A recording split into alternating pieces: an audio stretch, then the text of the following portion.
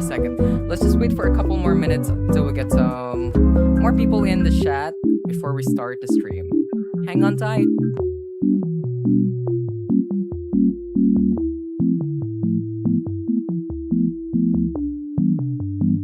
What the dog doing?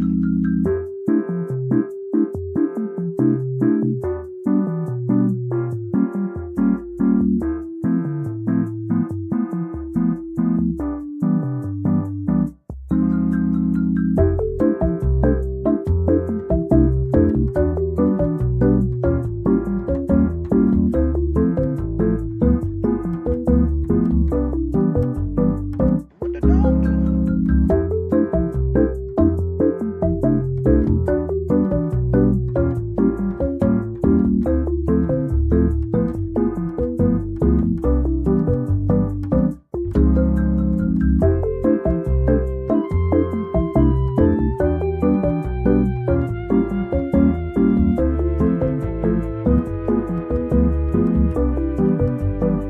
What the dog doing?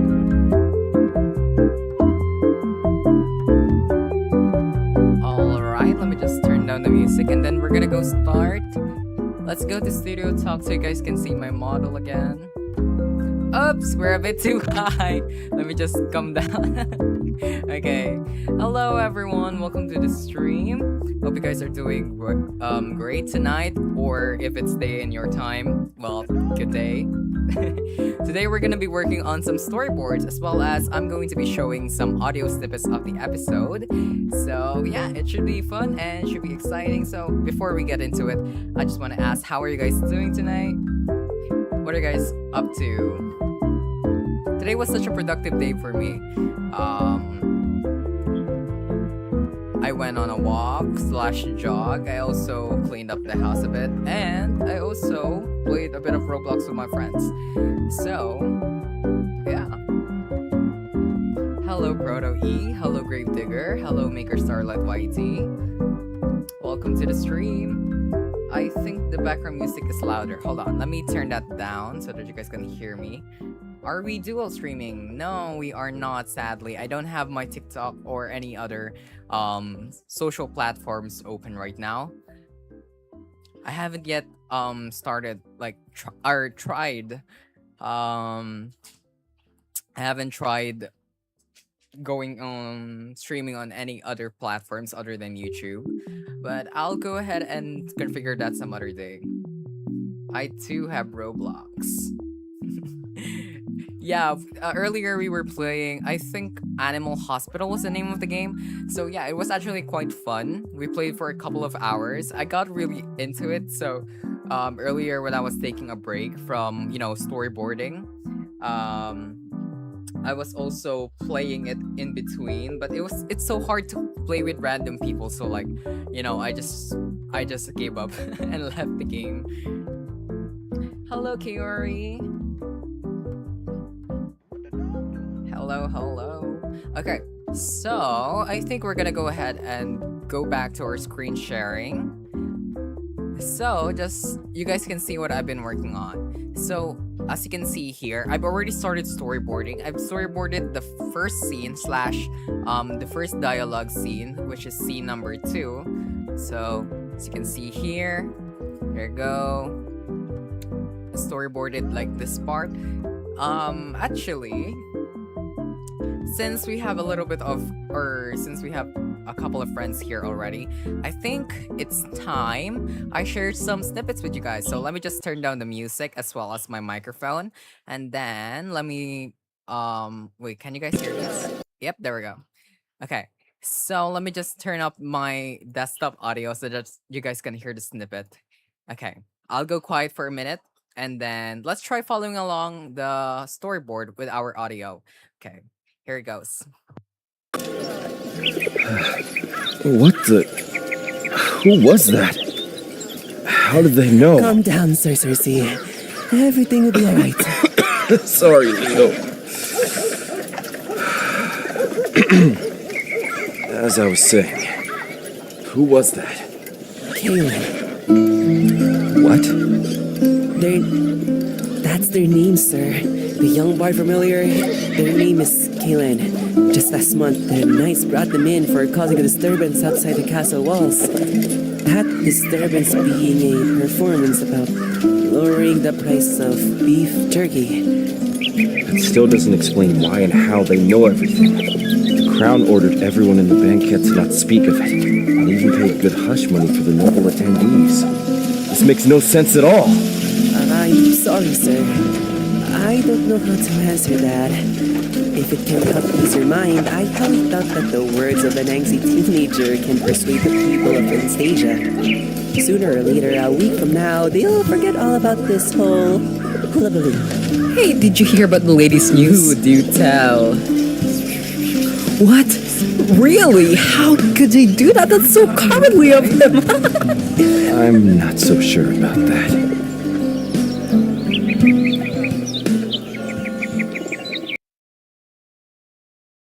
All right. So if you guys might have heard, that was my voice as some of the characters. It's just because our voice actors that we got from CCC I haven't submitted their lines yet. So of course to have progress made within the episode, I I've done the demo voice lines, but they will be replaced in the final version. I just wanted to get some progress done.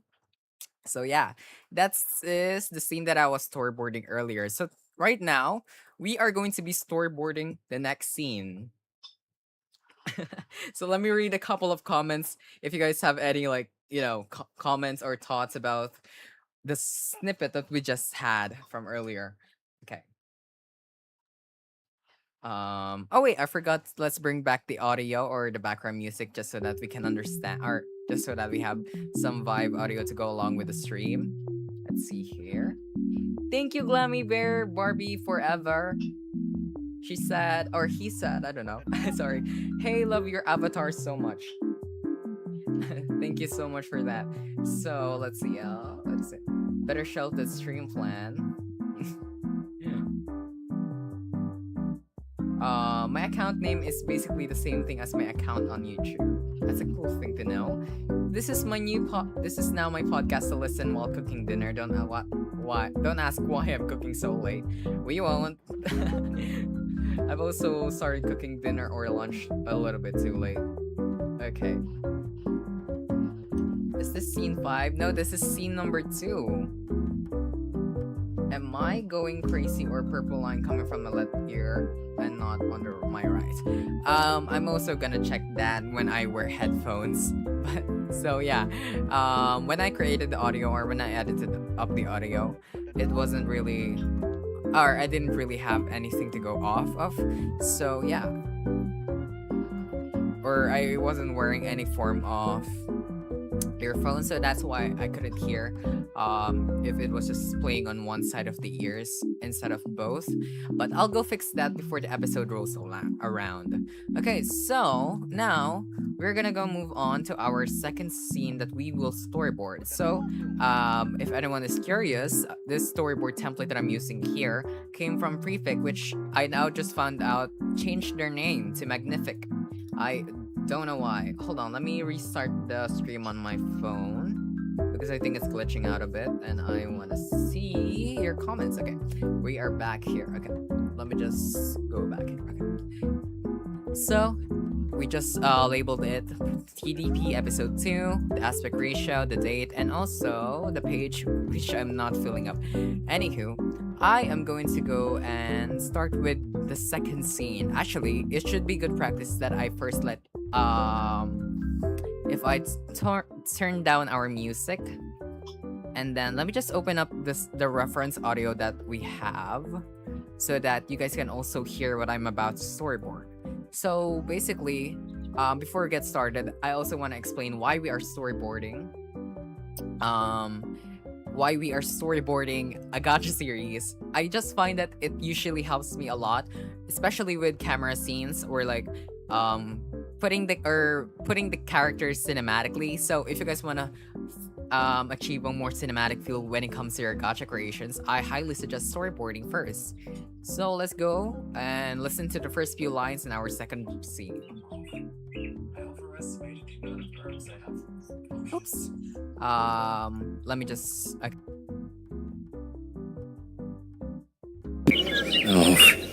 I overestimated the amount of herbs I have left for potions. Feeling that slime left me with an abundance of binders, but what use is it if I don't have ingredients? I best get some first before I travel back to the city. Here's the plan. After I cook the wine...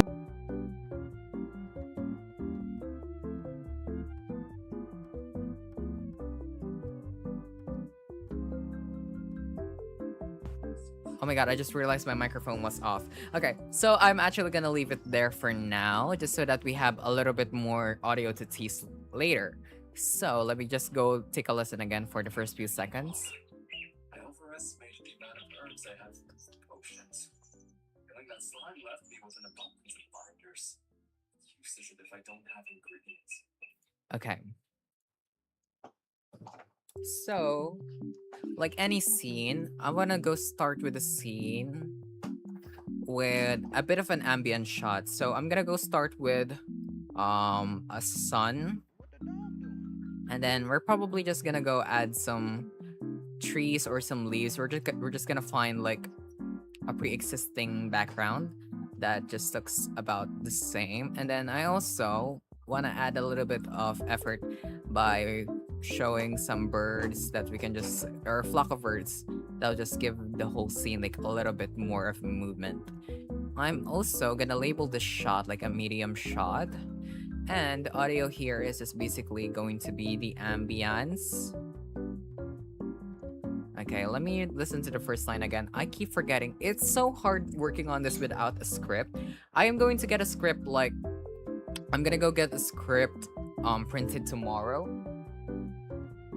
Hold on. Okay, sorry, I was looking at my bunny. Okay, so I'm gonna get the as I was saying, I was gonna get script printed tomorrow so that it's a lot easier to edit this. Okay, then I'm gonna go and with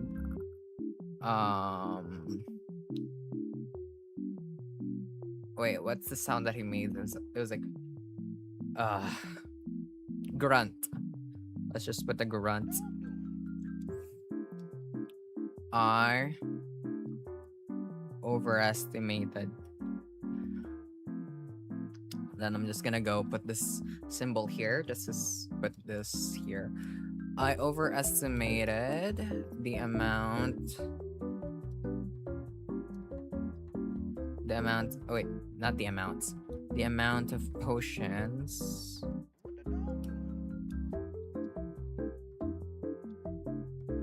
Okay, so I overestimated. I want to give this like a bit of another ambient shot, but this time I want to make it look like it's a perspective shot. So what I'm thinking is I want to position Randon like on the top or here in our focus points. So I'm just gonna go and draw a little bit of a figure that's resembling Randon. Let's imagine him like looking down at his bag or whatnot. So Randon is going to be here. So we're gonna build some perspective, or we're gonna build some backgrounds. When I build the backgrounds, I usually just find easy I just work on with the background, with the middle ground, and also the foreground. So our middle ground is going to be our character. So I'm gonna frame it like this. I think I'm gonna go ahead and should we give the squirrel a bit of a cameo? I think we're gonna give the squirrel a bit of a cameo. So I am going to go ahead and do something like this. And then we are going to go ahead and put the squirrel here. Bear with me as I quickly draw a squirrel. It doesn't have to look like an actual squirrel. We just need to like get the whole shape down. So that's going to be like on our foreground.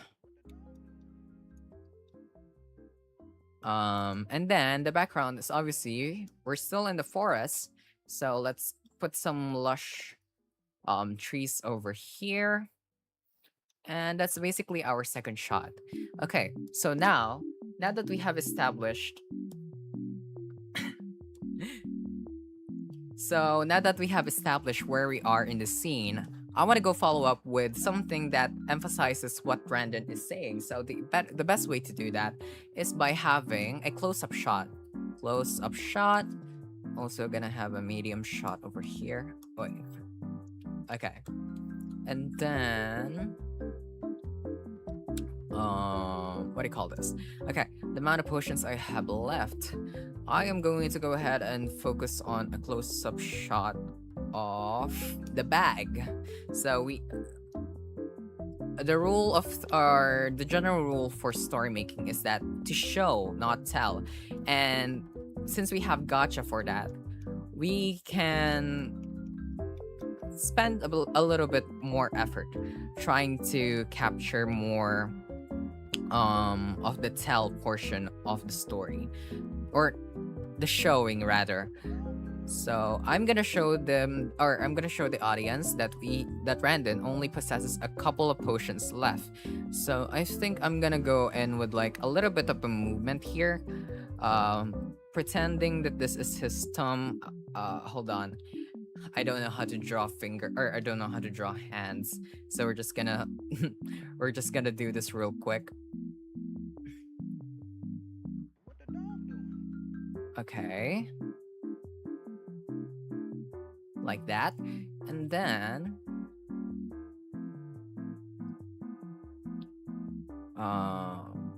is it supposed to be like this? I honestly have no idea. I forgot. Okay. I'm just referencing my hand from real life. Don't look at how messed up the hand looks here. We're just gonna go ahead and signal that it's moving through the potions. I'm pretty sure Brandon has some bandages on his arm, so we're just gonna do that real quick. Okay, now we have a medium shot, and a close-up shot. I want to go ahead and give him a medium shot once again for scene 3, because we are going to go ahead and show his whole body now. We've already established that he has no potions, so we can just focus on the action that he is doing right now. So let's just give him a couple of glasses. This is how I differentiate Brandon from all of my other characters.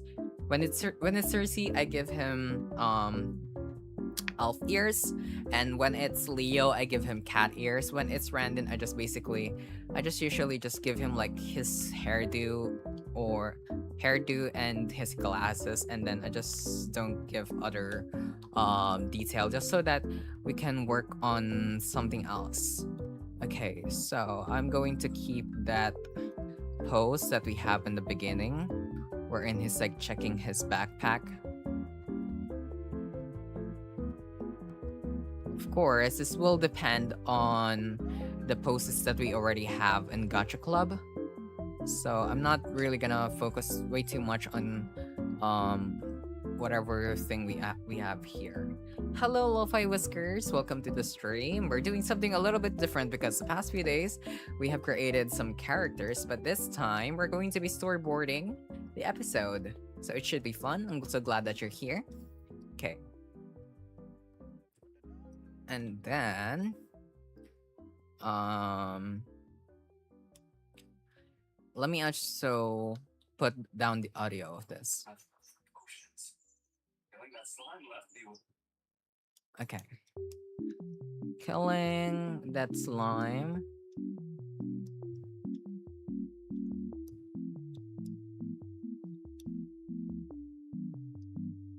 Left me with, and then I think I'm gonna go continue on with the line. And abundance. Oops, my phone is a bit low bat, but we're gonna deal with that a bit later. Abundance of binders.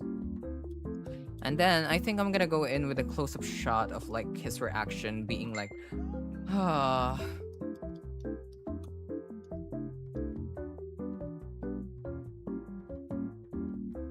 like this. And then I'm gonna go exaggerate him or the face, because he is going to be like dramatic or like that. Yes.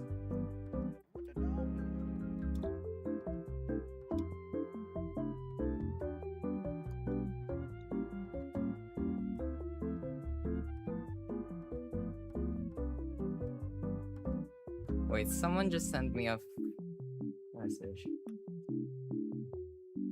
Hold on, let me just reply.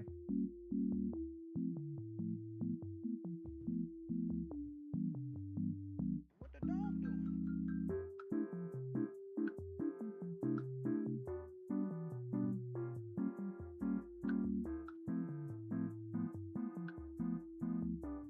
Okay, I'm back. Someone just sent me like a photo. I just need to reply real quick. Oops, wait, let me go to my phone, see if we have any comments.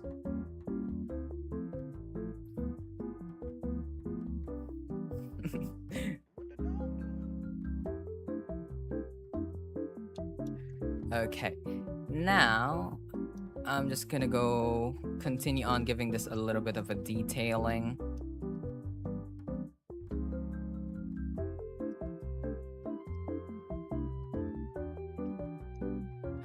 And then, but what use? I'm also gonna go ahead and signal that he went ahead and reacted like that. But what use is it? Wait, I forgot the actual line. I best get some first. Feeling that slime left me was an adult between binders. Usage if I don't have ingredients. But what use is it if I don't have any ingredients? Okay, now we're gonna go ahead and continue. I best get some first.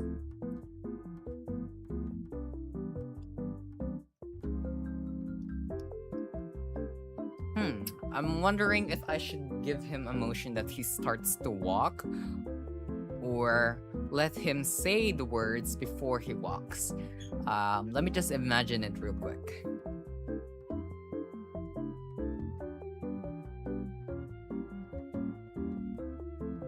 Okay, I think instead of that, I am going to go ahead and make him walk after he says the line. So I'm just gonna go put like a bit of like a far shot, and then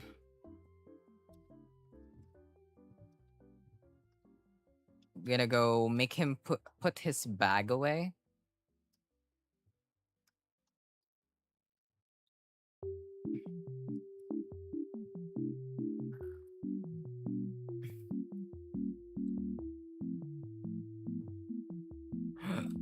Put bag away. Then we're gonna go ahead with I best get some. I best get some first before heading back to the castle. And then we're going to go ahead and signal that he will start again moving. So I kind of want to go ahead and return to this scene just so that, you know, we have a little bit of callback. So MS means middle shot, or I actually forgot like the terminologies used for actual storyboarding. I just made them up as I go. But yeah, MS means for middle shot, so basically means that the camera is like in or like the full frame is like half body or half body up. Close up shot is basically for when I have, or CS is for close up shot when I have, or if I want to focus on really close up subjects such as, you know, Randon's emotions or the potions or the thing here. And, you know, just basically FS shot is like a bit farther than the middle shot. So yeah. Do you have some tips in like camera angle shots? Okay. Tips. Okay. when I think of tips for camera angles or for storyboarding in general, I always come back to what we have learned, which is the rule of thirds. This applies to scene compositions as well as in and other forms of art such as photography or videography or anything that deals with the use of a camera and also the composition. So even paintings use this technique actually. So we start off by putting 2 lines or a total of 4 lines that goes like this. So we have built like 3 parts. So 1, 2, 3, and then 1, 2, and 3. So that's why it's called the rule of thirds. Now, if you notice, we also have points wherein the lines intersect or meet. So we call this the focal points, or I don't know the actual term if I'm correct, but I call this the focal points. So basically, every time that we have some sort of like subject, we want to put focus on these specific lines because that just makes it a whole lot cinematic. So let's say that we have 2 characters in the scene. So it's best that if we like put one of the characters' heads or preferably their eyes within in range of this focal point, and then we can also put the other characters in the same. So this is just like a basic use of the focal points or the rule of thirds to give us a little bit more of a dynamic or also evenly spaced out cinematography. Now we can push this further by introducing perspective. So in order to perspective, of course, we need to have the background, the middle ground, and also the foreground. I often put my focal point or the subject in one of these focal points, just as I did in this specific shot here. So if you guys notice, let me just draw over this. If you guys notice, this is how I use the rule of thirds in this specific shot. As you can see, I still placed Randon relatively close to this focal point. So, and to go ahead and contrast that, I put a subject here in the foreground, which is the squirrel that we had drawn, and I put them here. So it creates sort of like a diagonal sort of like viewing experience. So of course, as a foreground, we're gonna first focus on this before we move our eyes to the next focal point. That just gives us like a whole, it just tells us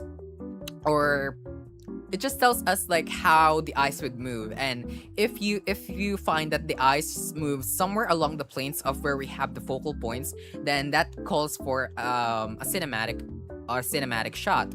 Now, there are times that we can also disregard this, and that's because we also have other forms of camera techniques. So camera techniques include leading lines. So let's say we have a focal point here, and then we create the scene based off these leading lines. So I highly encourage you guys to go ahead and search camera angles or camera techniques on Pinterest, because there are a lot of like shots that you can experiment with. And as a multimedia student, I actually try to implement these shots as much as possible in every single shot of gacha or anything I do actually, just so that I have a general guide on how to make the composition a bit more interesting. So yeah.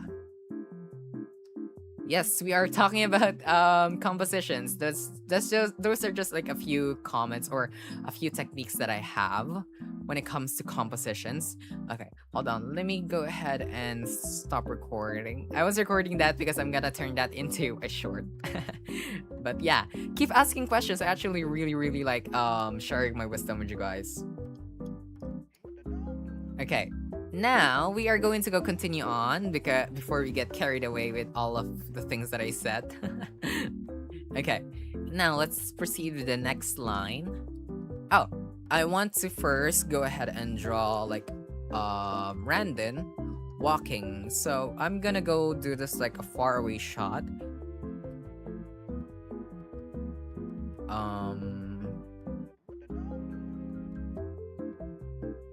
Okay, I think I'm gonna go ahead and draw Randon like walking like this.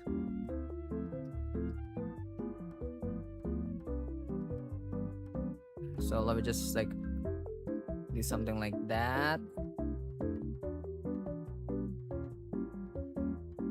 Oh god, I don't know how to do a walking thing. Okay, just pretend that he's walking.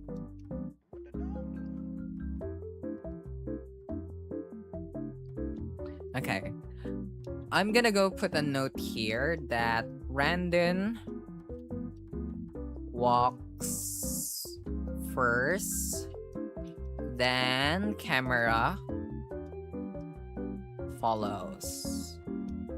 And then, to introduce a transition from here, I'm going to introduce a blocking. So I'm gonna go mark that here with a blocking. What I mean by blocking is that since we are in like a foresty area, I can use that to our advantage to create something that is a bit more clean when it comes to transition. So how do we do that? So basically, we take into account like the space that we have our character in. I'm gonna go ahead and imagine that there is like a bit of a tree going on here. So when the camera follows, it will lead to the tree, and then it will basically block the camera. Now here, I am going to go place the camera here, or the tree rather, and pretend that we have changed up the shot, so it makes for like a seamless transition. So I want to go and continue on with the close-up shot just so that we can focus on what Brandon is saying, or specifically saying in the scene. So what is he saying? Let's go listen.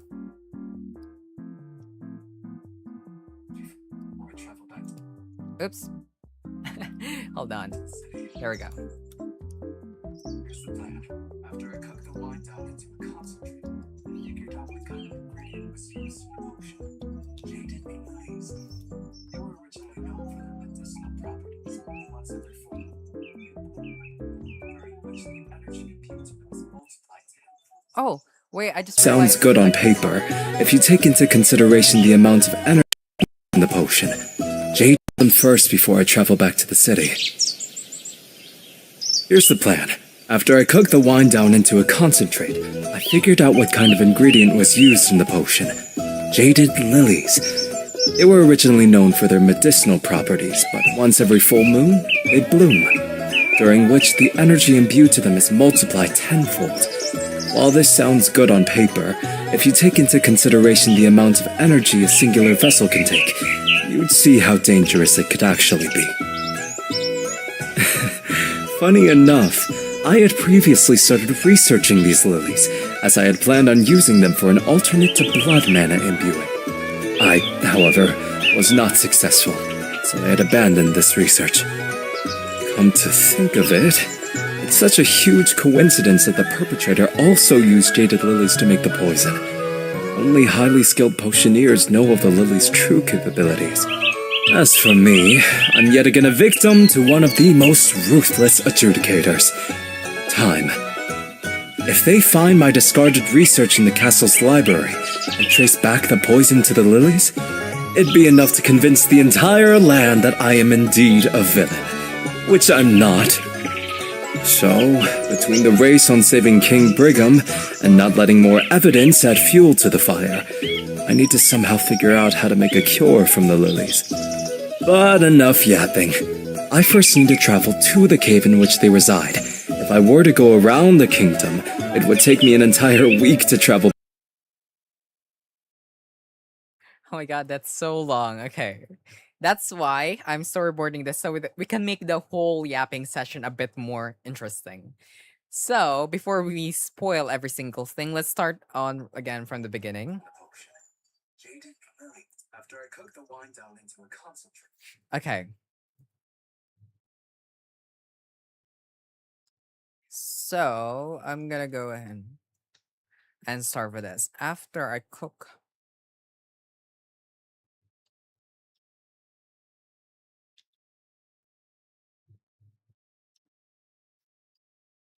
Okay. I'm gonna go do a fun callback to um our first episode wherein he was writing in his journal. So um Oh, I'm so sorry, guys. If the audio was a bit too loud, I'll go fix that up later. So, as I was saying, I wanted to do a fun callback to episode 1 wherein Brandon was first writing some stuff in his journal. So I like to imagine that in this specific scene, we can have him write some things on his journal. So I'm gonna go put motion, or rather, I'm gonna go BFX on this. Because we won't do any fancy camera shit here. Hold on, let me just give him some shoulders there.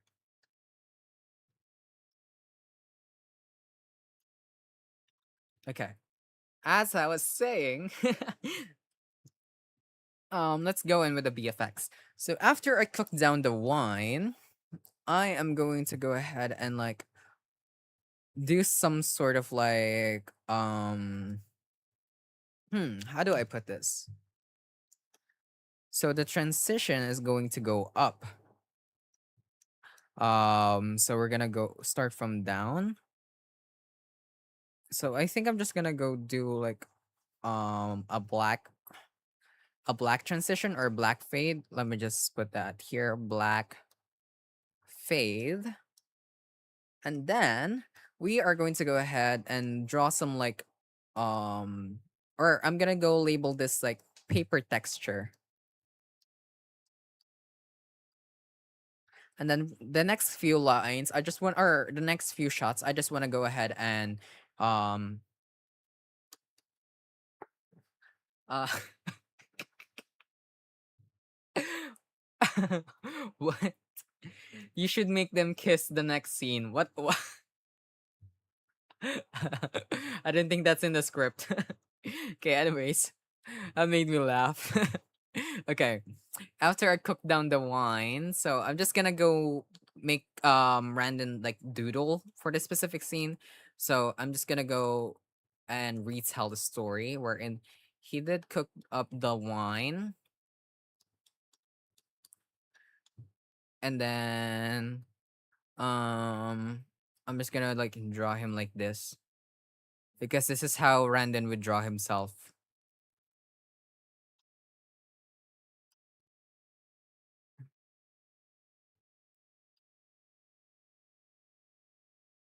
Give him some muscles.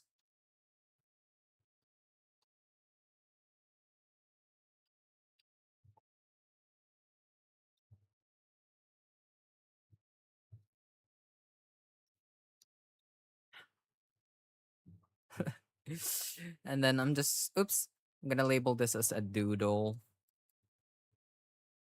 After I cook the wine, what did he say next?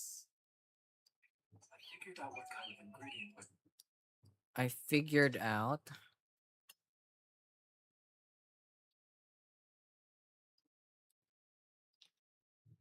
I figured out what kind of ingredients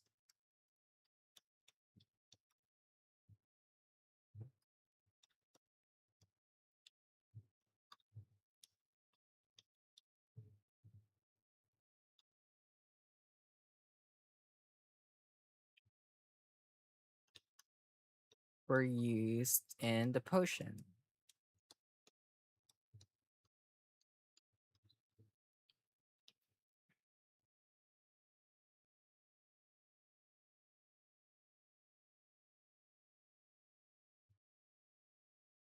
I'm just gonna go like draw him like a Giga Chad in this next thing here.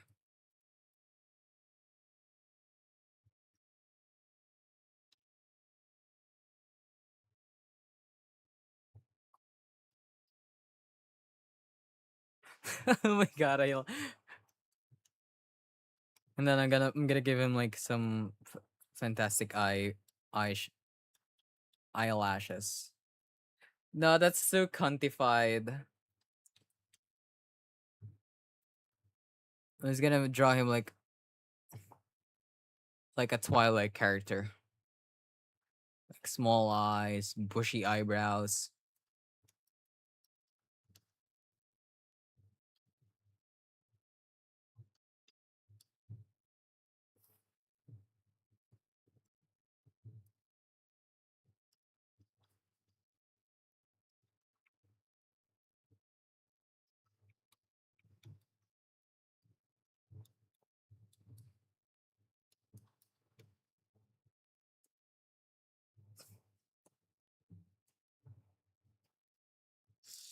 I figured out what kind of ingredients were used in the potion.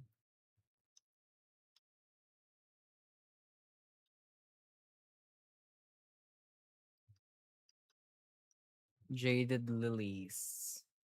Giga Chad Potioneer in the kingdom. And then I'm just gonna go like draw like the the lilies real quick.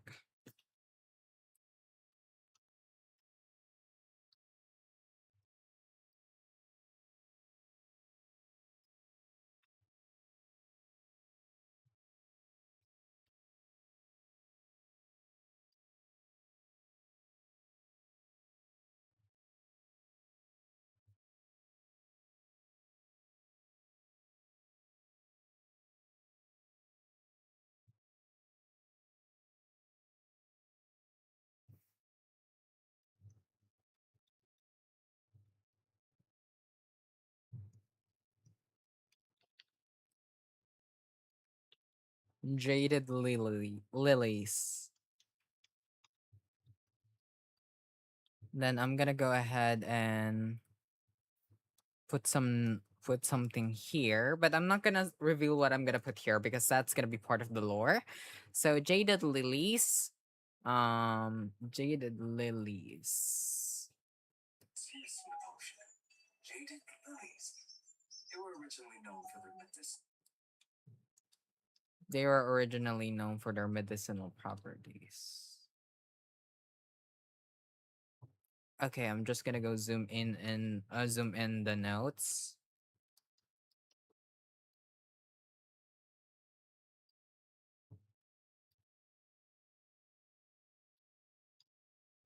properties. Once every full moon. Medicinal properties.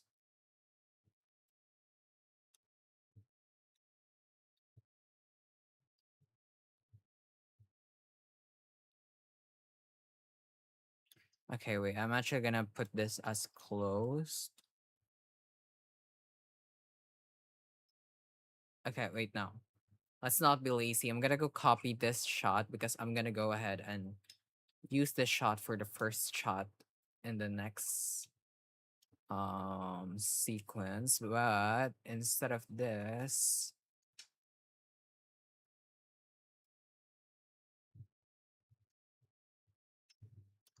I'm gonna go redraw this and make it look like the jaded lilies are closed.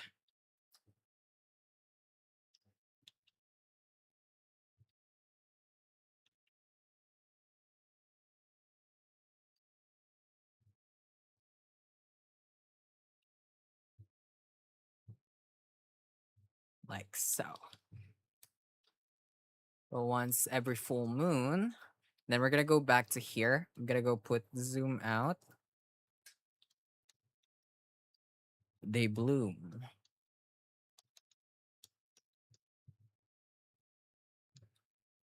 We have a question here. What exactly inspired you to make TDP? So, actually, I don't know.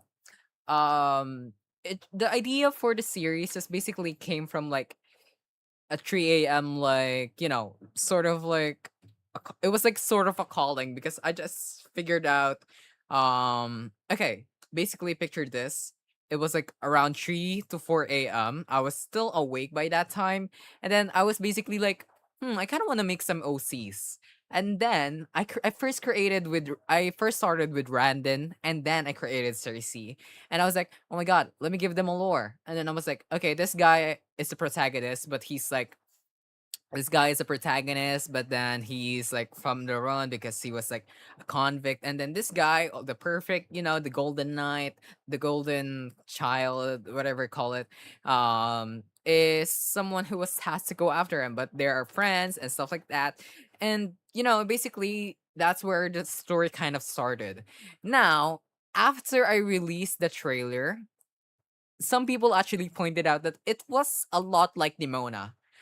People would argue that it's inspired by Nimona, but I wouldn't say so because right now I was creating the story, I did not think of Nimona at all. Although I did watch it, so maybe there's like a little bit of subconscious thinking, that you know, a subconscious entity or subconscious thinking or a subconscious thought that made me like rewrite Nimona in gacha form. But don't worry, although the structure may be similar, the story is really original because I find that I get like really inspired when I go write deep characters. And by deep characters, I'm just gonna go ahead and like tell you guys the theme for the whole story. So as the name suggests, the deceitful potioneer. It's actually it will go in depth on like my concept of what is a lie and what is considered the truth. So basically it plays around the idea of a hero and a villain, wherein, a villain is someone who constantly lies, and then the hero is someone that consistently shows the truth. So I basically want to play around with that idea. So that's basically where the major plot points are going to go ahead and, you know, boil down into this one part of a storyline, which is going to be the TDP storyline. So I can't really reveal much yet, but yeah, it will play around with the ideas of lying and the truth. So yeah, now let's continue on. During which the energy appeared to them as multiplied tenfold. Okay. During which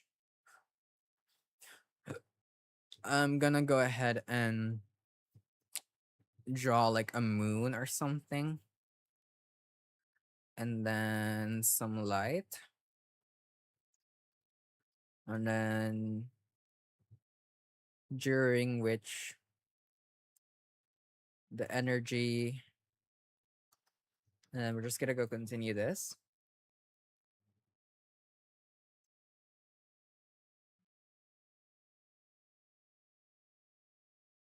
Let me continue this. All this sounds good on paper. If you take Okay. While this sounds good on paper,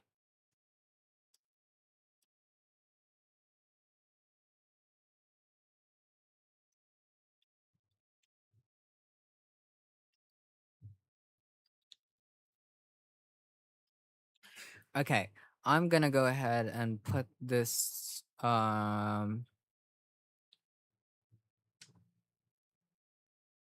put like a short animation sequence wherein the lilies are dropped into a cauldron,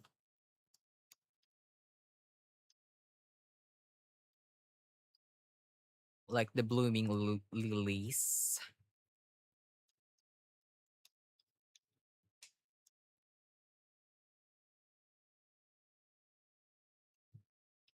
And then it's gonna like glow so much.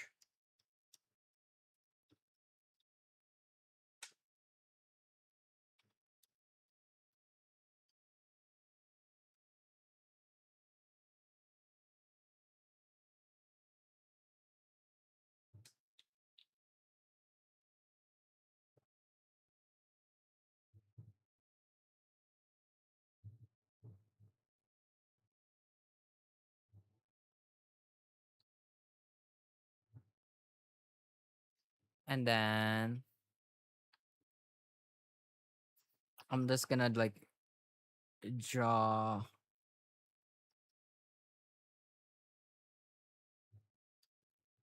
someone here being like, whoa, the potion.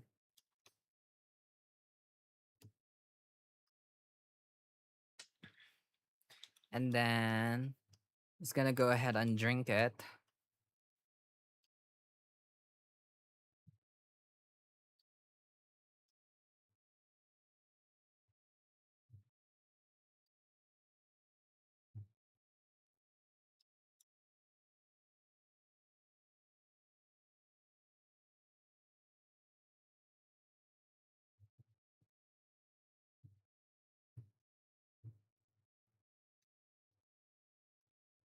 I'm locked in right now. If I'm not talking again, I'm being locked in. So we're gonna go put this like a drinking. Wait.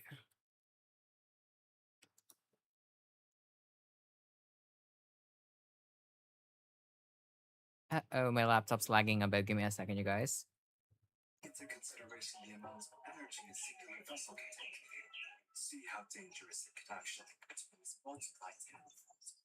All this sounds good on paper. If you take into consideration the amount of energy a singular vessel can take. The amount of energy a single vessel can take.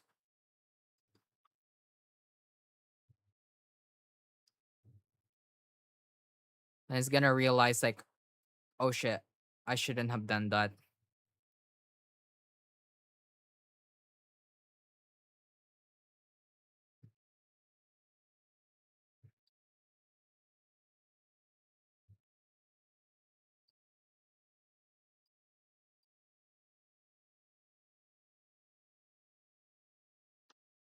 And then he's just like gonna go fall over.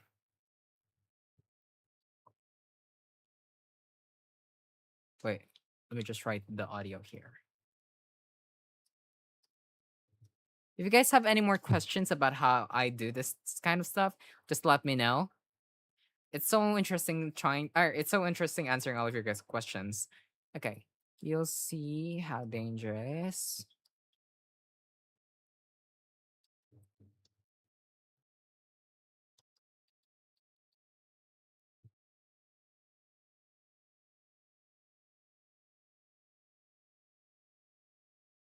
Wait, I need to go ahead and merge. Oops.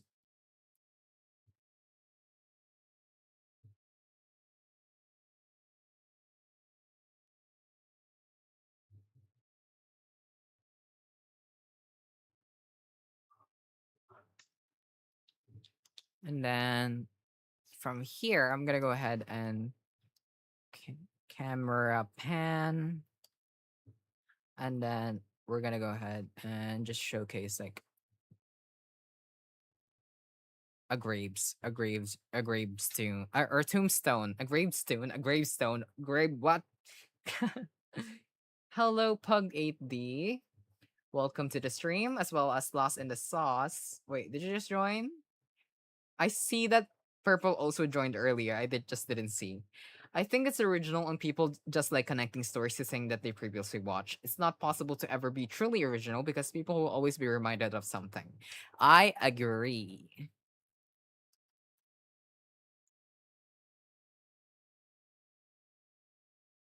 Actually is. What inspired you to do gacha?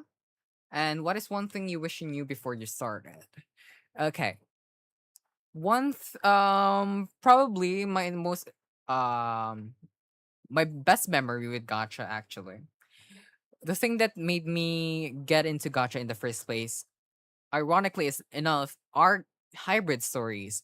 I was around that time wherein hybrid stories were like taking over the whole community in gacha. And even if it's the same format, I would find myself watching, and binge watching all of the gacha series or the hybrid series that they are. Now, this eventually led to me also wanting to create my very own hybrid series. So, my very first gotcha content that I ever posted actually was a hybrid series that I tried to do. Um, yes, it's one of those cringy ass um hybrid series, but basically it's from this type of edits that I figured out how to, put text on images and stuff like that, how to create the slideshow stories. And eventually that led me to finding another part of the gacha community, which is the memes community. Back then I used CuteCut Pro and watched all the tutorials that there are. Before I transitioned into a light motion, that was the hardest part, transitioning from Cut Pro to a light motion because it was so different. But I eventually got the hang of it, and something that actually stuck with me for a couple of years was the music video a part of Gacha. So I went ahead and tried that. I also made a name for myself there before I transitioned into creating Gacha series. With my first series, Spirits of Narinsa, which was voice acted, but suddenly um it never saw the light because I failed creating episode 1, and I was such in a down state, or I was such in a state of mind where I was so down and I was so pressured to create the episode. So now we are going to go ahead and continue on with the next question, which is what is one thing that you wish you knew when you first started? So, you know, okay, I'm gonna answer this with two things that I wish I have learned. I know the question only calls for one, but it's so hard to leave out the other one. But yeah, the first one is that, you first need to have a mentality wherein you treat gacha as a hobby, or as your passion. Because if you treat it as a job, like I first did when I was, starting off with Spirits of Narinsa, you will eventually tire yourself out. You will eventually like find yourself quite, what do I call this? You will find yourself quite tired creating gotcha content all the time. So it's not really a good practice to have a state of mind that you treat gotcha as a work. Right now, even if the Deceitful Potioneer doesn't get as much views as the Music Freaks or whatever gotcha series are out there, I still am happy because I'm able to share that story, and that passion to share my story is what drives me to continue on. So yeah, that's the number one thing that I wish I have learned. And number two is to always not be so hard on yourself. Because part of the reason why I canceled Spirits of Narinsa was because I developed like social anxiety from running a team. So yeah, it wasn't really good practice that at like 12 years old, I believe. At 12 years old, I was running a whole team with other children or other teens, also in the community. And then, being forced to be the sole editor and the sole writer and stuff like that, it really took a toll on my mental state. It made me like really anxious that people were thinking, "Oh my god, this guy is taking so long to create the episode. He sucks at leading." And those were just fake thoughts. There was just overthinking thoughts that I had of myself because I felt like I wasn't doing enough. And eventually it just caused me to get overwhelmed and burnout. And eventually I just found that it would be much better if I just cancel the project and start fresh. So yeah. Okay, let's see. Another question is, after 5 years later, how do you feel now about Spirits of Narinsa while you work on TDP? I've been telling this to my viewers in my Discord server. Um, I don't want to consider Spirits of Narinsa lost for good because I do have plans on reviving it probably after the Deceitful Potioneer. I'm probably gonna revamp the story because it's still a huge copy of the Owl House, but like with all of my newfound skills on writing. I want to revamp that, create new characters, and just condense down the story because also another reason why it was cancelled was that it was too ambitious. It was supposed to last for 3 seasons and I couldn't even get one episode out. So yeah, I want to condense it down to something that is actually tangible or something that I can actually do so that, it can finally see the light of day. So yeah, it isn't entirely lost, nor do I consider it as a failure because it is cancelled. I still love the world that I created for Spirits of Narinsa, and I want to revisit it someday. Next is Brandon rambles in his thoughts like Mao Mao. Yes, totally agree. I haven't actually watched Apothecary Diaries. I believe that's a series, but I want to get into that really soon. Um, is TDP really just gonna last 6 episodes? All of the scripts are done. Um, okay. Is TDP really gonna last for 6 episodes? No, the scripts are not formally done, but I actually have um the whole storyline written out on a document, on an outline document that may change depending on the reception that I get per episode. I like to give myself a little bit of freedom when it comes to writing episode scripts. So I write it personally, I like to write the episode scripts per episode basis. So I don't get started on episode 3 before episode I finish episode 2 because I want to like, get inspired by the other episodes that I've created, and then I also, want to gauge audience feedback. So there might be some tweaks here and there about the story, especially if I find that the audience kind of needs like a little bit of push trying to understand the hidden lore that I have put behind it. So when times like that arise, I usually just sprinkle a little bit more of lore and just push the audience right to the right direction when it comes to their theories and stuff like that. So yeah. Now let us go back because I forgot we were actually storyboarding. That was a lot of fun though, answering all of your questions. Let's get started because it's almost 12 p.m. But I want to go finish like this whole scene. So yeah, let's continue. See how dangerous it could actually be. Funny enough, I had previously. Okay, now I'm actually gonna go ahead and do like a bit of a perspective scene here.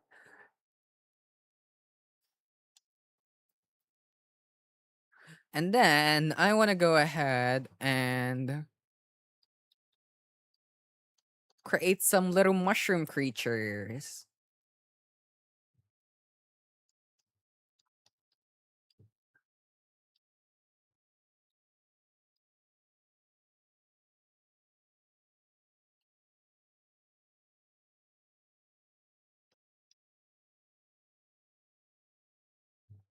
I want to create some dancing mushrooms.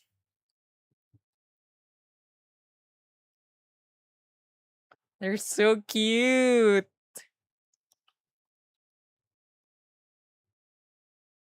And then I'm gonna have Brandon like walk towards them.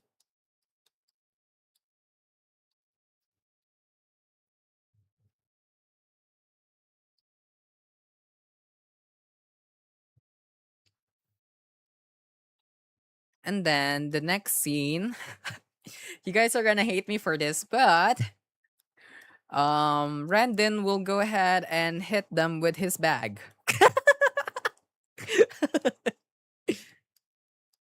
Okay, I'm gonna add like a bit of like some OMG, OMG.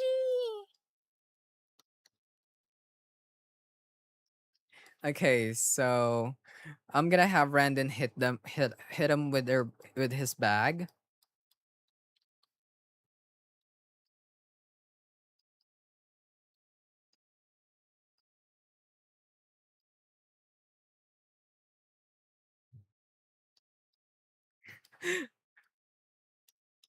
This is just like a scene that I thought of like as of the moment.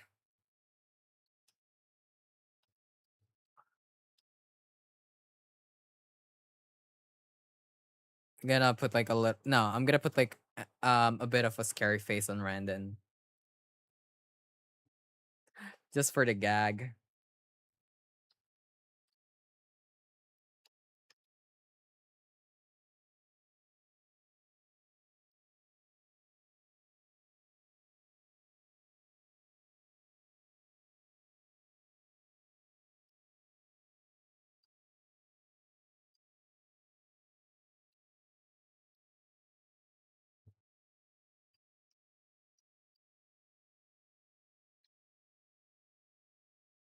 And then the next shot, we're going to go ahead and make Randon carry one of the mushroom guys.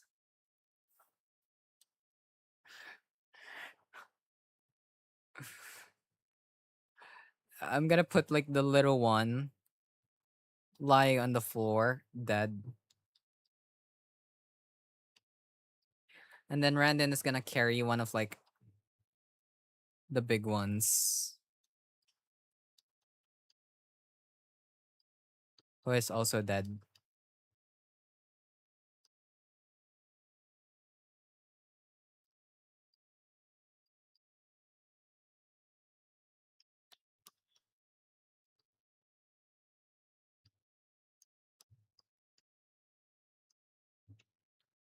And make him put it into his backpack.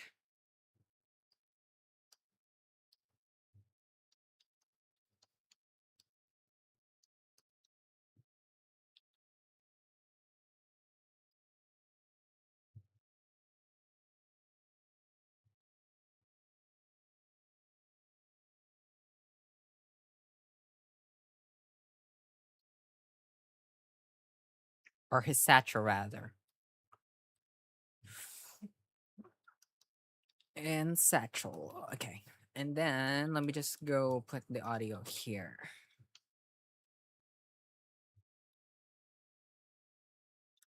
Hello, lovely Mick.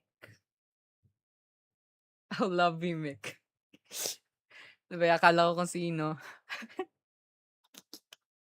Hello.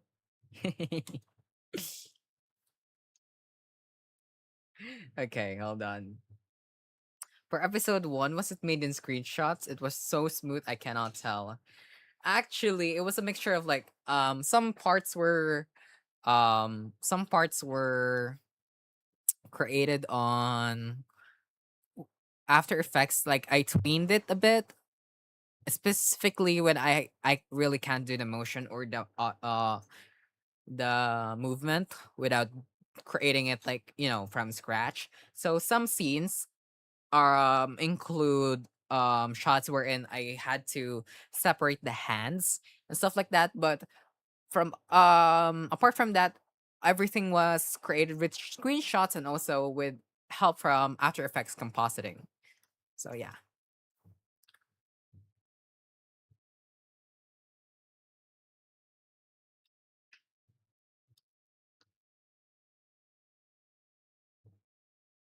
So research all this sounds good on paper.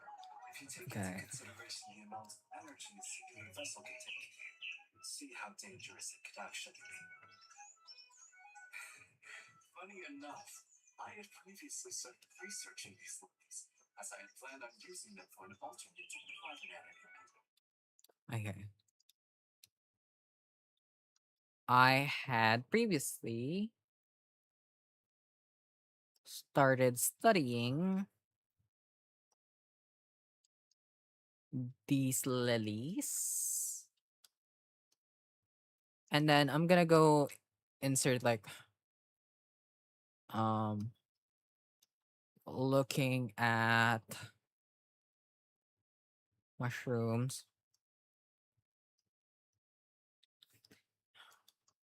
Lilies.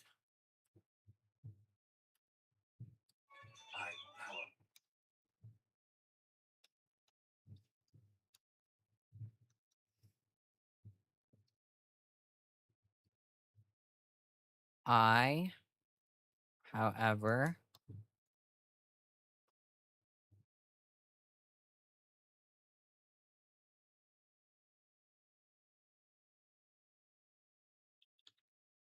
was not was not I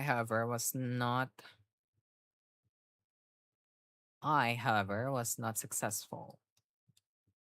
Okay, I am going to take a little bit of a break from now because I need to go ahead and grab some water as well as take a quick bathroom break. So I'm gonna go, guys. I'm gonna go leave you guys on a waiting screen for now, but I will come back in like 5 minutes tops. Okay. All right. See you guys later.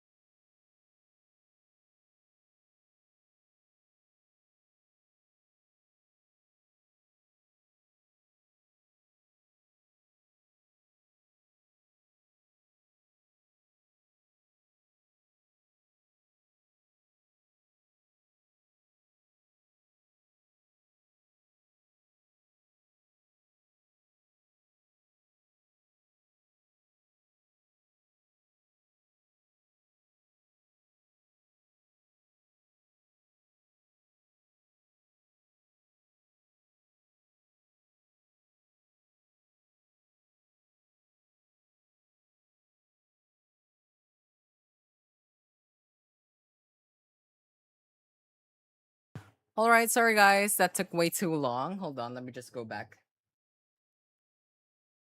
I'm back now.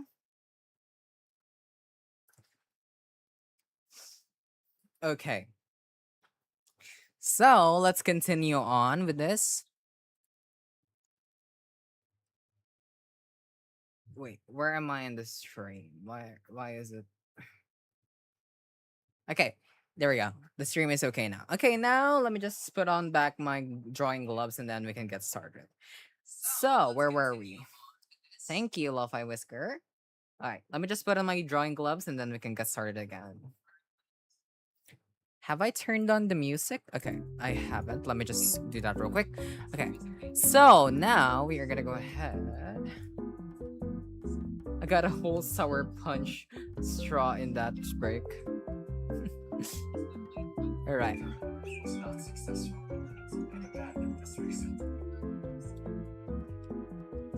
So I abandoned this research.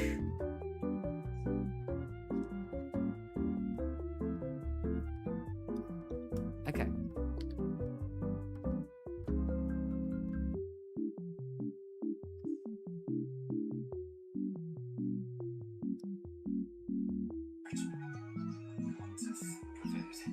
Such a huge coincidence that also.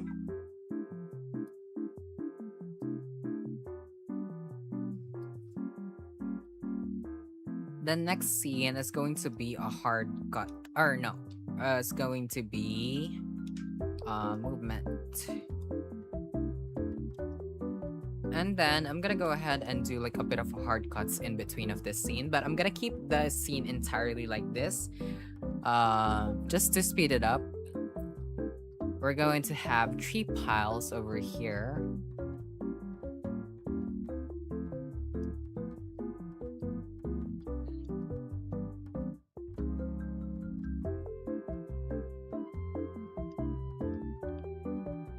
And then we're gonna have like flowers, some grass here, maybe some roots growing.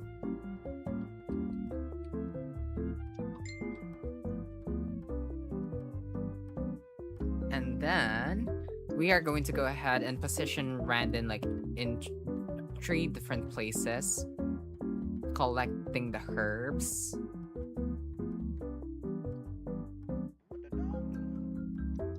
Just because I feel like it matches the whole vibe that we're going for in the scene. But this is going to be Randon. Just switching. And then this is going to be a hard cut. And then let me just figure out where I'm gonna go space this out. Where is Cersei? Oh, my bunny's just chilling. Okay, let's continue.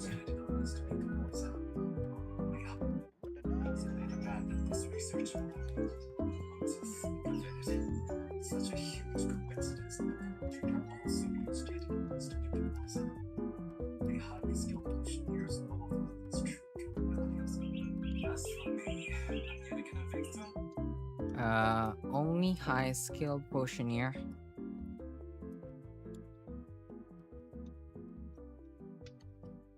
Potioneers? No. And then I'm just gonna go continue on that. So it's gonna go like, come to think of it, it's such a poison lilies. Only and then it's gonna cut there. Okay. Now let me just put a note here, add a pop sound effect.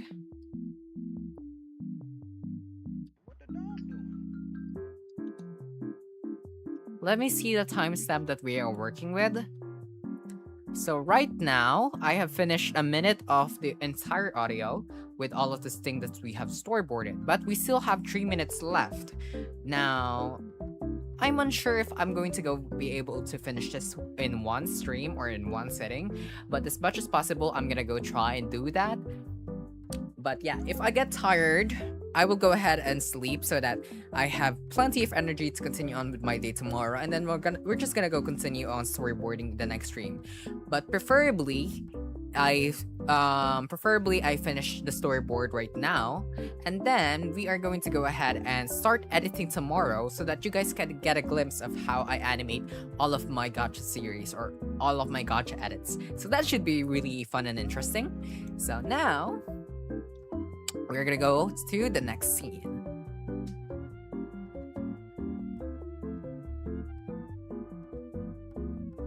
Oop, I messed up. There we go. Is it night right now for you, Ritz? It's actually about to be 12 a.m. on my place right now. My sleep schedule is really not the best, but I am trying to work on it slowly but surely. So yeah, I'm still like, I would say I'm like 10%. I would say like I'm 10% sleepy, so it's not really that much of a deal for me as of now. But if I am tired, I will go rest, and that goes for everyone too. If you guys are tired, go take a rest.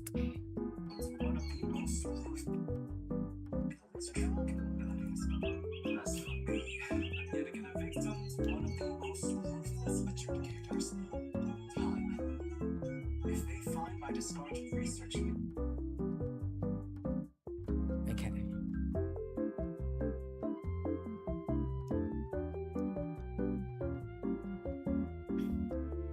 And then we're just gonna go redo like the whole thing here.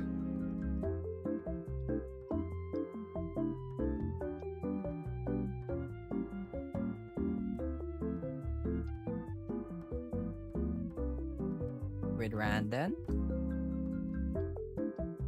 Let's just put here. As for me, I'm yet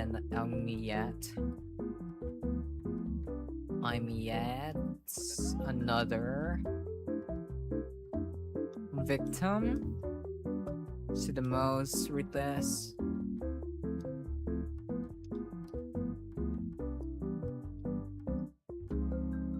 adjudicator. So I'm gonna go put some note here. Number 1, fix bag. Number 2, fix glasses. And number 3, fix hair. Just so that we have some motion while it's happening here. So I'm just gonna go note that so I don't have to draw it every single shot. So next for the audio is time.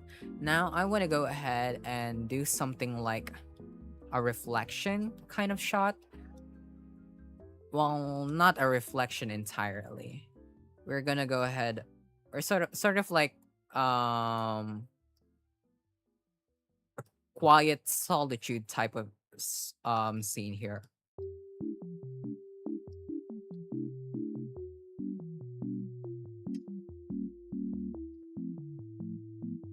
Just gonna go draw that real quick. What the dog doing? What the dog doing?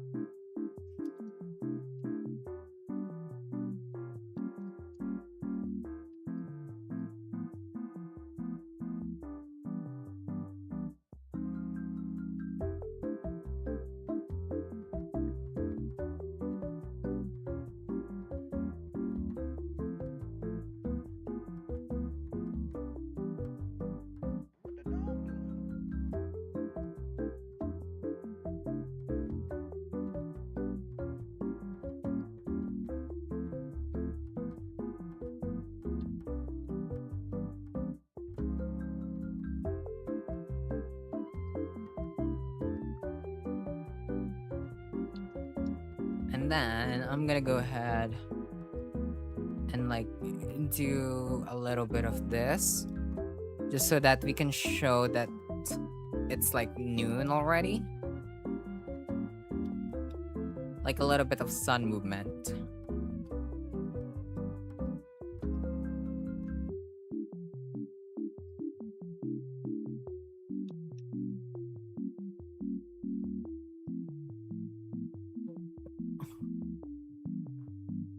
What the dog Castle's doing? library. Trace back the poison to the lilies. It'd be enough to convince the entire lab. Find my discarded research in the castle's library. Trace back the poison to the lilies. It'd be enough to convince the entire land that I I am indeed a pharaoh.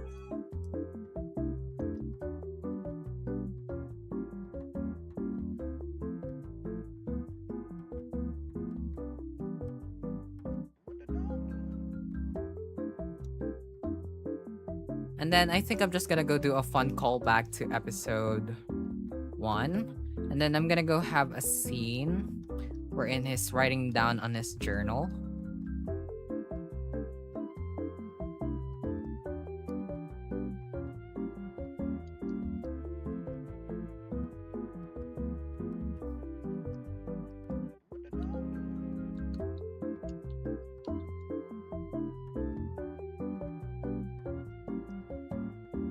So let me just add like a bit of a foreground here.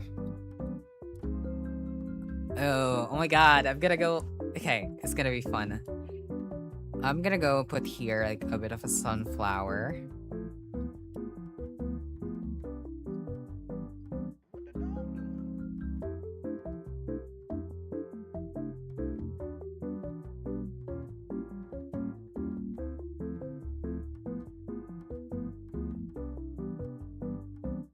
And then right next to it,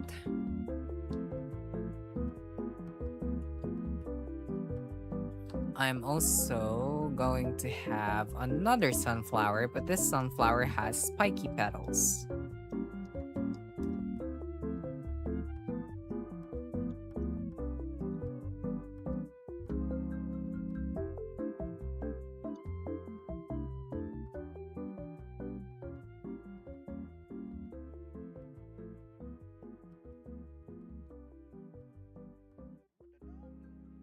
Does that make sense, or should I just... Yeah.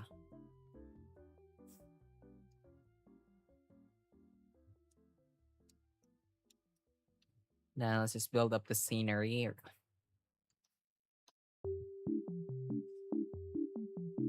I think I'm gonna go move up this.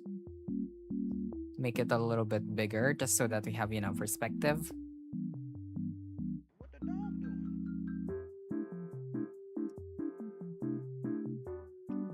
And then...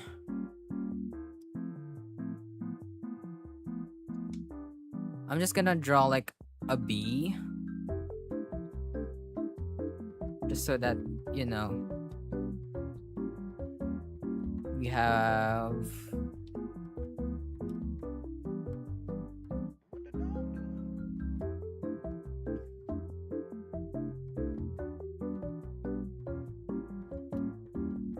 movement in this scene.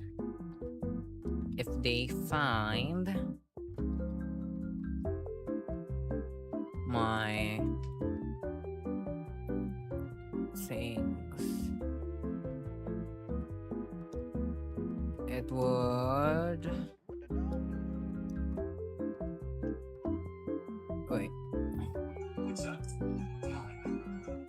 If they find my discarded research in the castle's library, trace back the poison to the lilies, it'll be enough to convince the entire land that I am indeed a pharaoh. Which I'm not. So, the race on saving King Brigham.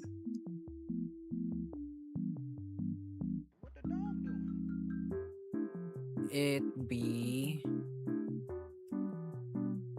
enough that I'm a villain. Yes, I'm using Clip Studio Paint.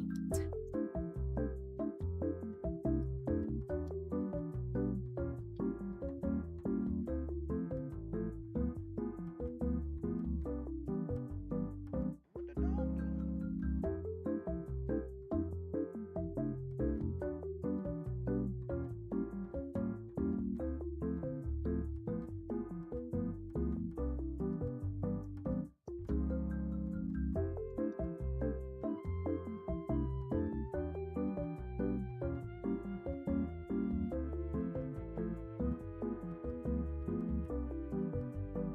What the dog doing?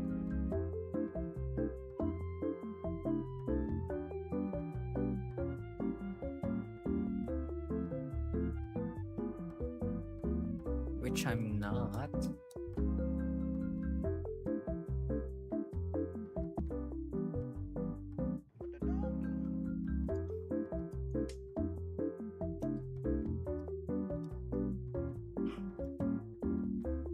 with the race.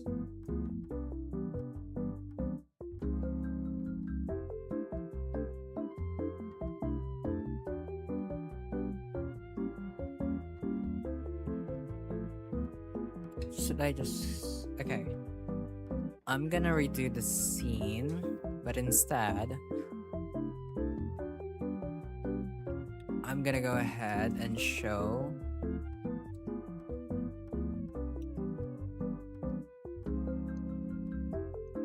I'm gonna go ahead and show that the bee has landed on one of the flowers.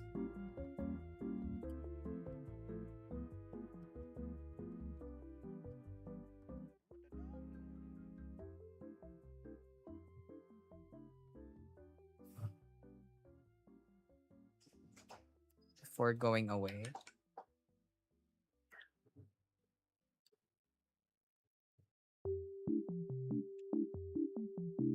And then I'm gonna show this.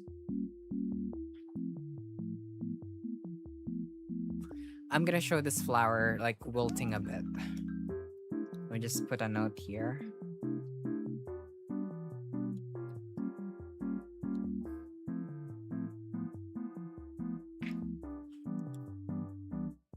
So with the race, I need to somehow figure out how to make a cure for this.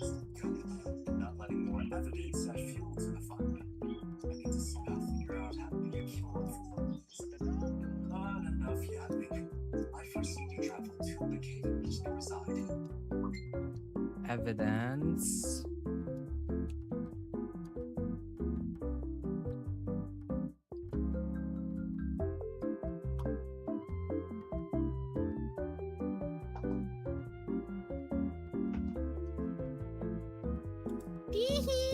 We're gonna find out if it has any meaning. I'm not gonna spill anything. But I'd just like to say that every single shot that I do, they're often really intentional. That's all I've gotta say.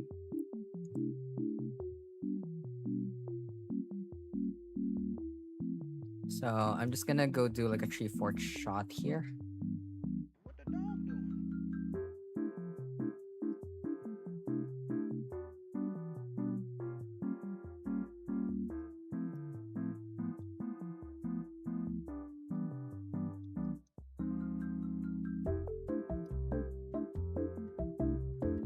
Oh my god, congrats, it's finally raining. I wish it would rain here. It's still so hot in my area. What the dog doing? What the dog doing?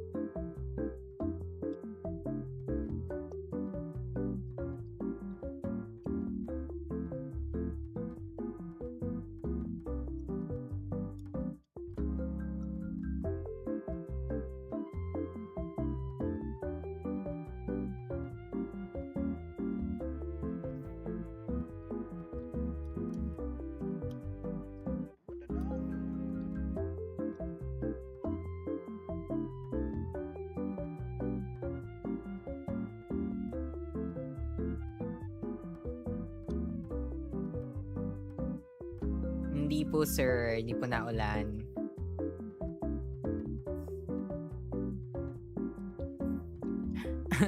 I need to figure out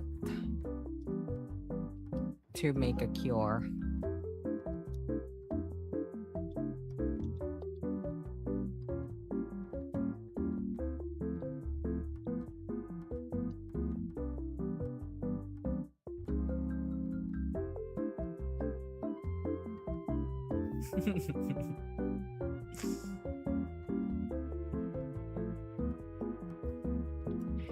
Okay, I need to figure out how to make a cure. But enough yapping, and then I'm just gonna go make him stand up.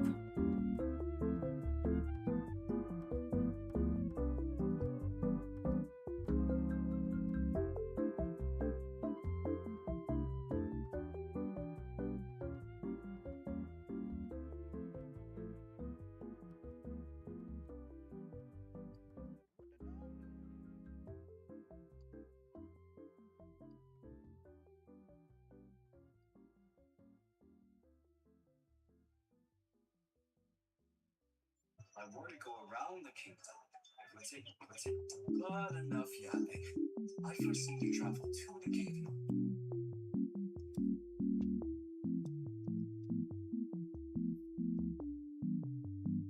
What the dog doing?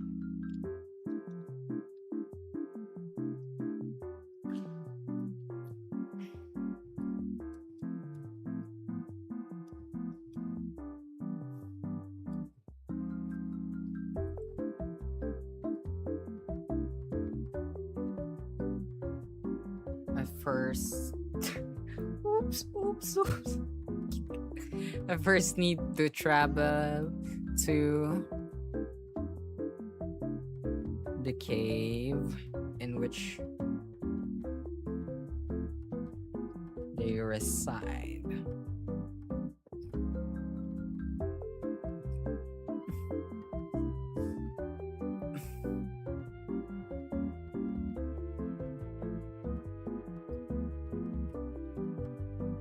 What the dog doing?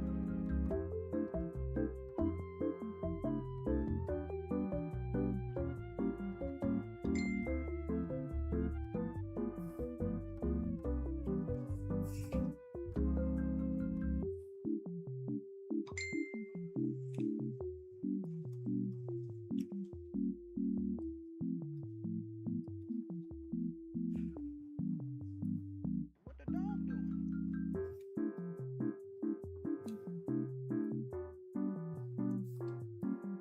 In which they reside. And then I kind of want to do like a flashback type of transition here.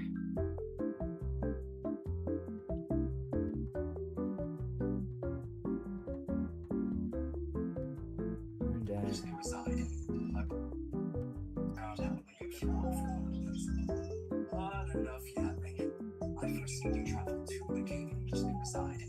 I were to go around the kingdom, it would take me an entire week to travel by foot. So instead,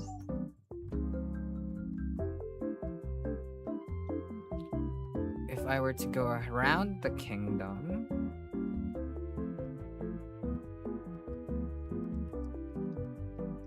What the dog doing?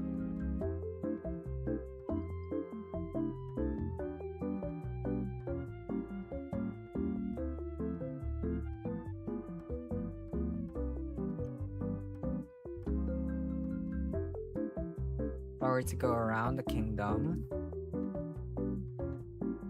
pretend that's the kingdom. What the dog doing?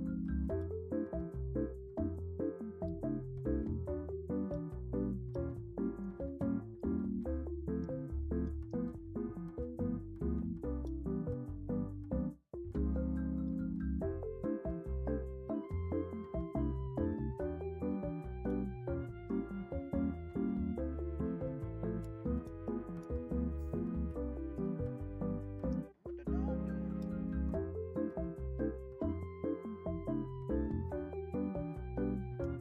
Kingdom.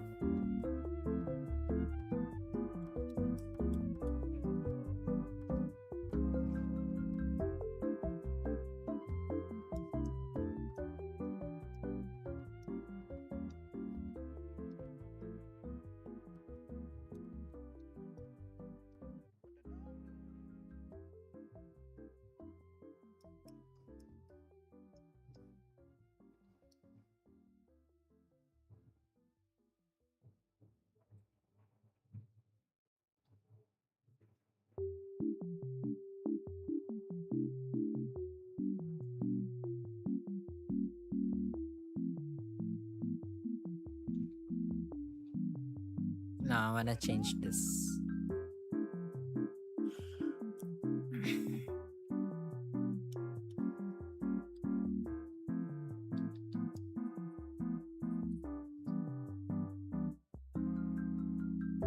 Instead, I'm going to go ahead and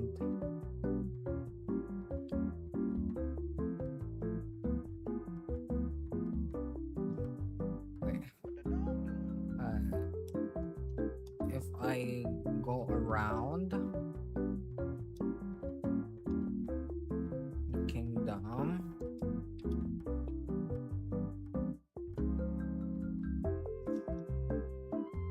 if I go around the kingdom, like the light hitting the camera type transition. Nah, just a normal like flash.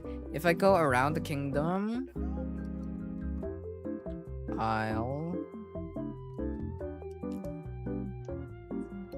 I go around the kingdom,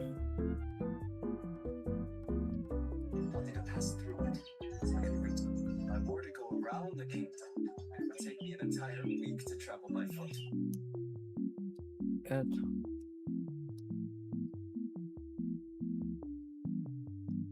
What the dog doing?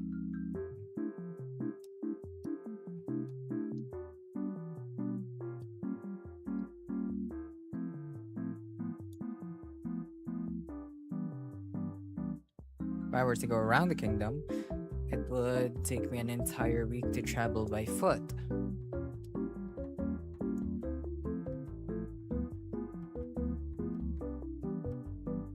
What the dog doing? So instead, I'll need to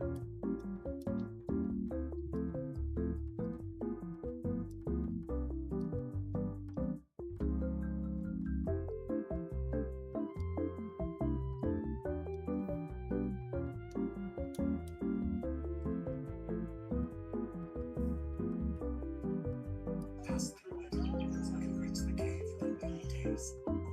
It'd be best if I could. So I can 3 days.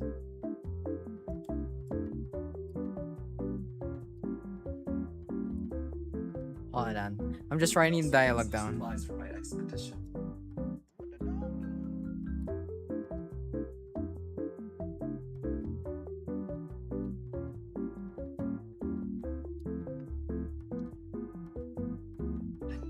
My rations of beef jerky and tears won't be enough.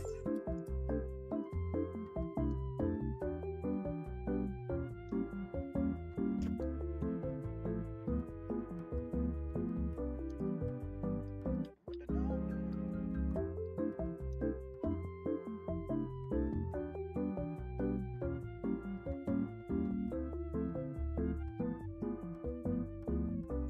Oh, I can also get a nap while I'm on it.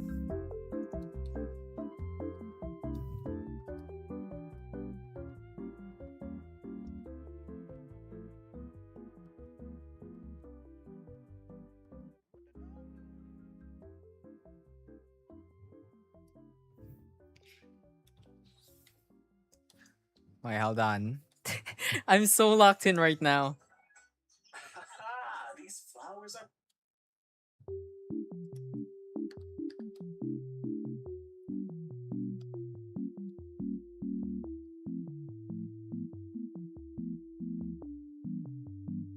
What the dog doing?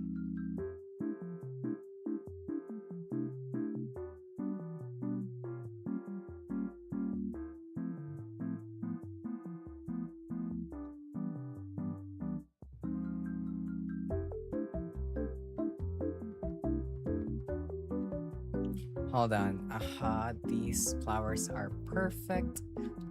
Okay, let's continue on with this. What the dog doing? I think I'm just gonna go like a sunshot, and then it just like flickers from day to sunset to night times 7.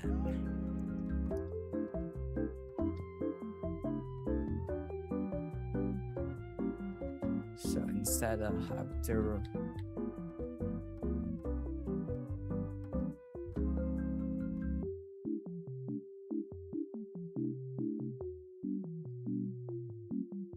and then he'll just go back here. What the dog doing? I'll put him like right here.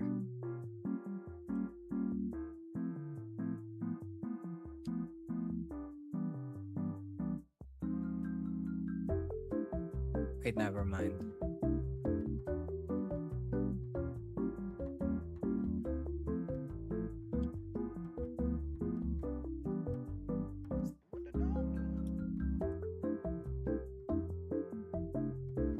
It's gonna be a map BFX.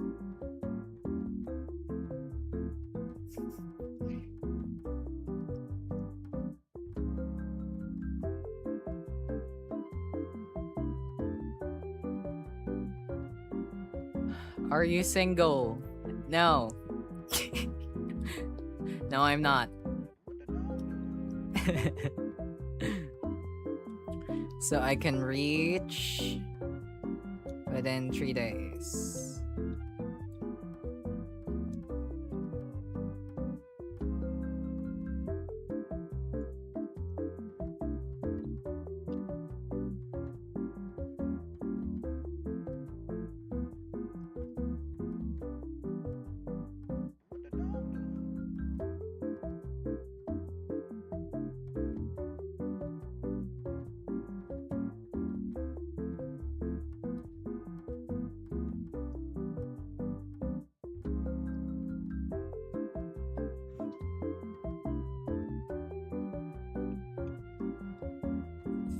Flash 3 days. It'd be best if I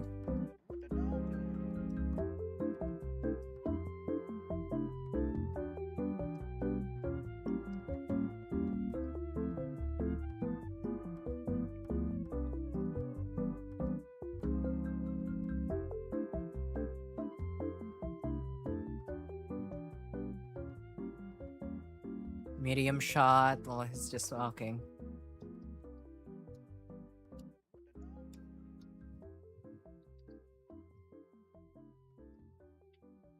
If you guys notice, I'm like becoming lazier and lazier with the composition. It's not ideal, but then again, this is just like dialogue scene, so while it does matter that I keep you guys' attention, the fact that you guys are still watching the video probably means that I've already got your attention. So I don't think we need to focus that much on creating like stellar visuals for this specific scene, but we'll still try when editing comes rolling around. I think I'm gonna go get a drink of water for now. Let me be right back real quick. Yeah. I'm just gonna go get some water, guys. BRB.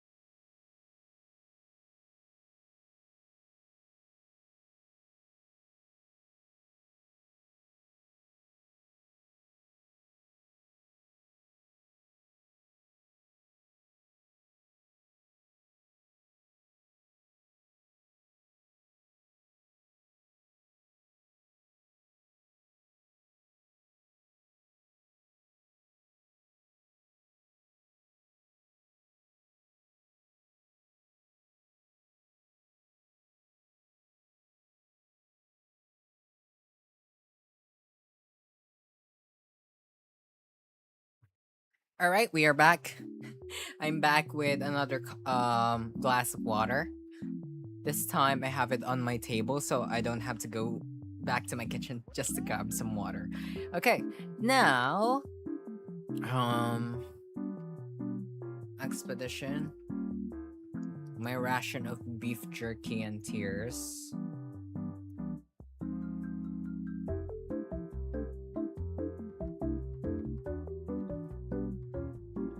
Thank you. It's good to be back. I say that as if like I've been gone for like 5 years. Well, technically I've been gone for like months.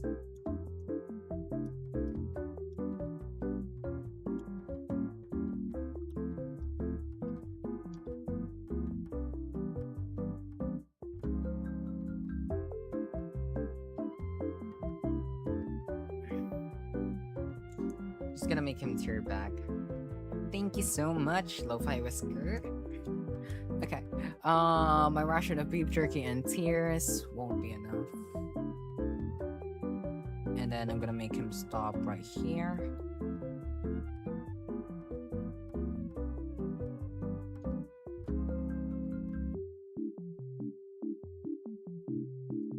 there's gonna be like a rose here.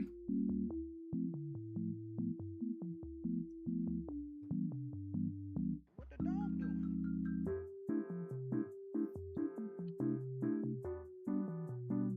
That will go ahead and like squeeze, add some like puff, and then a bee is gonna come flying down, and then we'll see that the puff of the rose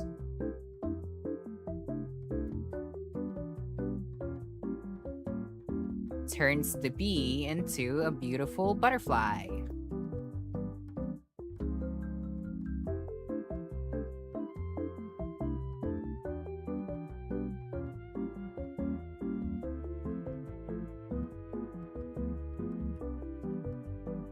What the dog doing?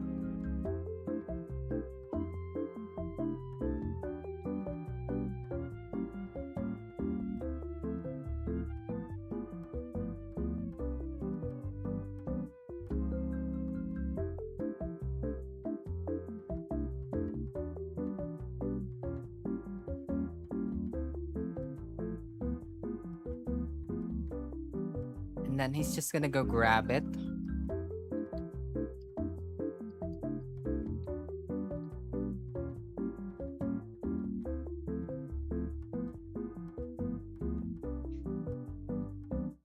This scene has an insane amount of foreshadowing. I just can't prove it yet. Trust it will, because it's actually like the special potion that is featured in this episode. Sadly, I don't think I'm gonna be storyboarding the specific scene in live, but we'll see. I can't really say that much now because the specific scene is like 2 or 3 scenes away. I might do those off screen or off live, but yeah, it's going to be the special ingredient for episode 2's main potion. Let me just take a sip of water.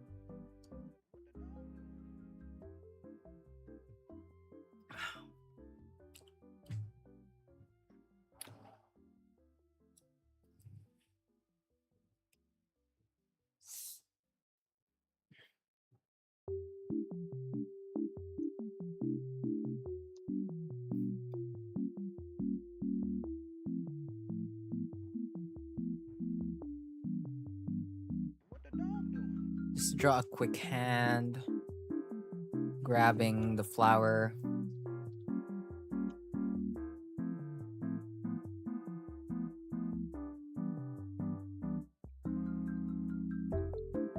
Like a bit of a tilt.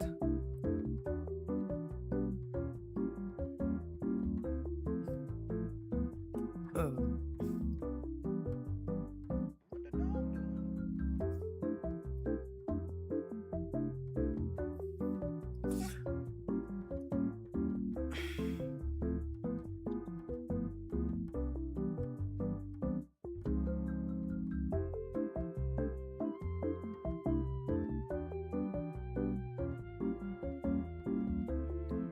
Aha, these flowers are perfect. What the dog doing?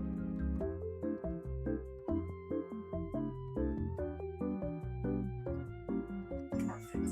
Just what I need for a disguise potion. Well, if you guys heard that, well, that's basically it. Yep.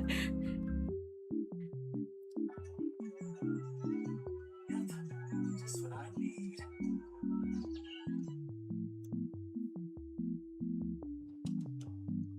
What the dog doing?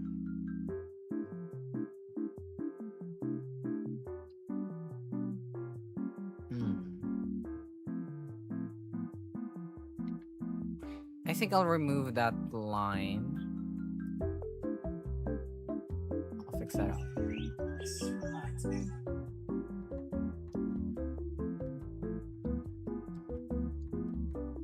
Okay, so I think... Wait, let me actually go check my script right now.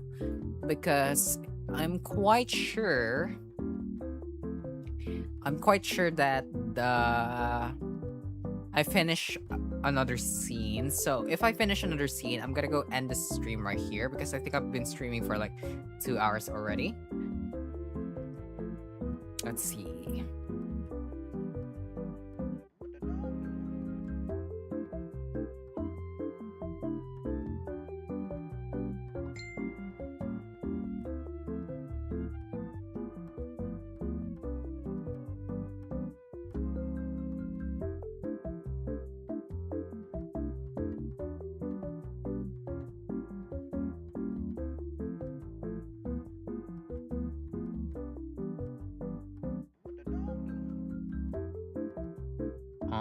Hold on.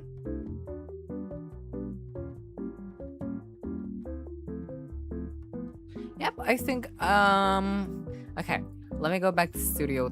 Oh, that's not the right we're not starting. That's the wrong button. Okay. So, I think we have what do we have? Okay. So, let me just go actually save this before I lose this. Okay. And let me close my Clip Studio Paint. Okay, so now we have 2 of the scenes storyboarded. I'm gonna go end the stream here so that I'm able to rest for the next few hours. Expect another stream coming next tomorrow actually. And then I'm going to also stream on Friday. Saturday, I might not be able to stream, so I might just upload a short or a video. I'm not sure. What else? Sunday, I think I'll be able to stream. That is if I also come home on Sunday because I have choir on Saturday and Sunday. So like, you know, I have to go and figure out my schedule by then. But what's sure right now is that I will be working from Monday to Friday. I'll probably rest on Saturday to Sunday.